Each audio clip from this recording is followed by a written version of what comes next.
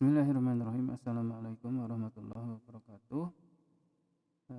Anak-anak sekalian, kita lanjutkan pelajaran kita di mata kuliah Sistem Manajemen Basis Data tentang normalisasi. Pada minggu kemarin kita telah mempelajari dasar-dasar normalisasi secara teori.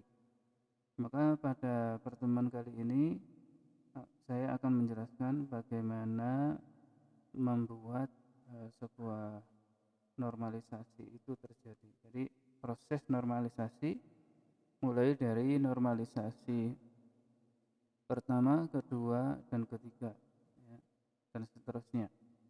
Ya, normalisasi 4 dan selanjutnya itu sangat jarang terjadi karena mungkin tabel itu sudah ternormalisasi ketika dia dinormalisasi di tahap yang ketiga, ya.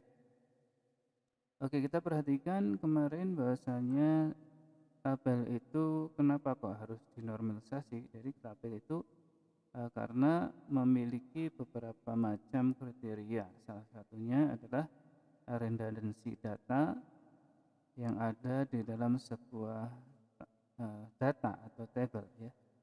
Jadi mudahnya adalah tabel. Oke, kita langsung ke slide, ya. Ya, proses normalisasi. Ya, sebelum kita ke materi normalisasi, ada baiknya kita mengulang kembali. Kemarin kita review dalam sebuah database relasional ada beberapa macam key atau kunci. Di situ ada primary key, ada foreign key, ada candidate key, ada composite key. Primary key ya ini kunci yang unik dalam setiap tabel yang terdiri dari minimal satu kolom atau field, ya. Jadi dia itu nilainya atomik, tipe datanya 1, ya, dia tidak berubah-ubah, dia konsisten. Kemudian foreign key ya ini kunci yang mereferensikan nilai itu ke tabel lain yang merupakan primary key di tabel tersebut. Jadi foreign key itu adalah kunci reference atau kunci asing yang merujuk kepada tabel yang lain yang ada kaitannya dengan tabel tersebut. Kemudian candidate key adalah kolom atau field yang belum tentu menjadi primary key ataupun kunci yang lain, tetapi dia itu dicalonkan menjadi kandidat primary key. Kemudian yang keempat adalah composite key, yakni kunci atau indeks yang berisi lebih dari satu kolom, ya. Ya, kemudian cara untuk menormalisasi sebuah tabel database, yang pertama adalah kita tentukan dulu tabel unnormalized-nya. Caranya adalah dengan membuat row baru sehingga data di masing-masing kolom adalah data tunggal dan bertipe data sama. Kemudian yang kedua, menormalisasikan tabel ke tahap pertama normalisasi atau 1NF. Bila telah dilakukan 1NF ternyata masih terdapat redundancy data atau anomali atau non-atomik, maka dilakukan normalisasi ke tahap selanjutnya. 2NF, 3NF, 4NF, dan seterusnya. Sampai tidak terjadi lagi nilai berulang atau redundancy data. Oke? Ya, kalau kita gambarkan secara flowchart adalah seperti ini. Yang pertama adalah data itu kita unnormalized form dulu. Kemudian kita normalisasi yang pertama. Ketika terdapat redundancy, maka kita lanjut ke normalisasi tahap kedua. Jika masih terjadi lagi redundancy, maka kita lanjut ke normalisasi ketiga. Kalau kita sudah normalisasi tahap ketiga tetapi masih terjadi redundancy, maka kita lanjutkan yang keempat.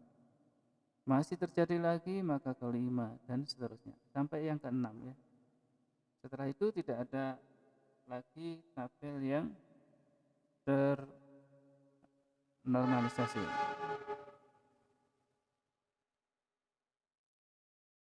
Oke, contoh soalnya adalah seperti ini. Di sini ada tabel matrikulasi mata kuliah, ya. Yang pertama namanya, ada nama, ada NIM, ada prodi, ada mata kuliah, ada semester, ada dosen pembimbing. Itu kita lihat ada kolom-kolom yang dia terjadi redundancy data ataupun juga dia non-atomik. Non-atomik ini kalau kita lihat data semester, maka data semester itu ada Romawi, ada angka ya. Ini harus kita konsistensikan dulu. Nah, kemudian di situ di mata kuliah itu tertulis ada 2 macam ya, data di situ ya. Oke. Next. Nah, maka kita bentuk tabel tersebut menjadi unnormalized form. Jadi kita bikinkan sebuah tabel bantuan di situ, maka kita lihat di situ tabel tadi menjadi tabel dengan 8 row atau baris ya. Di situ kita sepakati semester bentuknya bukan angka tetapi Romawi ya, seperti itu. Di sini kita lihat bahwasanya redundancy itu terjadi pada nama, NIM, prodi ya. Di situ ada beberapa data yang berulang ya. Maka di sini nomor itu menjadi kandidat key ya, kandidat key. Dari apa kandidat key? Dari data mahasiswa ya. Jadi data mahasiswa seperti mana ke slide selanjutnya kita lihat. Ya. Oke, dari normalisasi tahap pertama ini maka dibentuklah sebuah tabel baru yang namanya tabel mahasiswa. Di situ ada mahasiswa ID, ada nama, ada NIM, ada prodi ya, seperti itu. Sehingga untuk normalisasi tahap pertama tabel tersebut menjadi seperti ini. MHS ID, mata kuliah, ada semester, ada dosennya. Nah, kita lihat di sini apakah masih terdapat redundancy data? Oh, ternyata masih ada. Apa itu? Ini ada data mata kuliah yang berulang, ada SMPD. Ya. Ada juga dosen yang datanya berulang ya, seperti itu. Maka kita normalisasi ke tahap berikutnya. Sehingga tabel tersebut menjadi seperti ini. Ya, sehingga kita bikin satu kandidat key lagi yang namanya itu mata kuliah ya. MKID itu adalah primary key-nya, dia merujuk kepada tabel mata kuliah ini. Sedangkan ini tabel matrikulasi. Ya, kemudian setelah ini dirubah menjadi second normalization form, maka bentuk akhirnya menjadi seperti ini. Ya. Kita lihat di situ ada MHSID, MKID.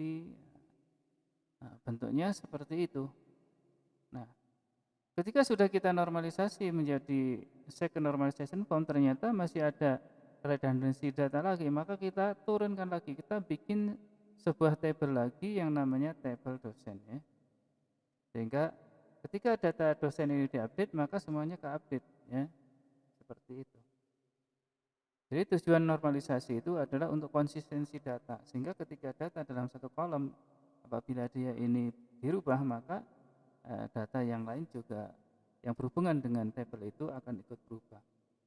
Jika tidak, maka dia mungkin salah satu row yang berubah, tetapi yang lainnya tidak ikut berubah seperti itu. Nah, kemudian normalisasi yang ketiganya menjadi seperti ini. Kita bikin tabel baru namanya tabel dosen ya. Tabel dosen di situ ada dosen ID, ada nama, ada telepon ya, seperti itu, lengkapnya seperti ini. Nah, sehingga bentuk normalisasi ketiga menjadi seperti ini. Di situ ada MHSID, MKD, MKID, kemudian semester dan dosen ID. Oke. Jadi di sini yang kita tampilkan ID aja Pak. Kenapa? Itu data yang sesungguhnya gimana nanti? Nah, data sesungguhnya apa? Data yang asalnya tadi itu bisa kita tampilkan melalui query ya. Nanti ada SQL-nya untuk menjoin dari tabel satu ke tabel yang satunya melalui relationship yang kita bangun melalui database relationship management ya.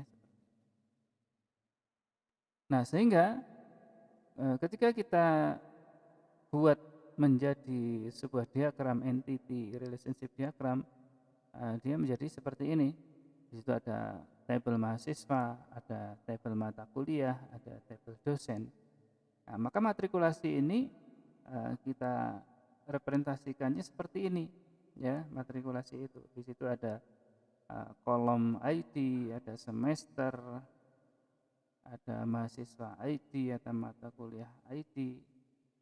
Nah, mata kuliah ID ini adalah foreign key yang mereference ke mata kuliah. Sedangkan mahasiswa ID itu adalah ID-nya merefer ke ID mahasiswa. Demikian pula dosen ID, dia merefer ke tabel dosen.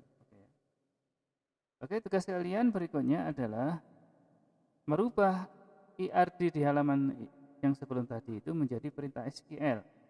Kemudian juga tambahkan view yang membentuk tampilan seperti tabel UNF halaman 6 slide ini. Oke, saya kira cukup jelas. Apabila ada pertanyaan, silahkan kalian tuliskan di forum diskusi.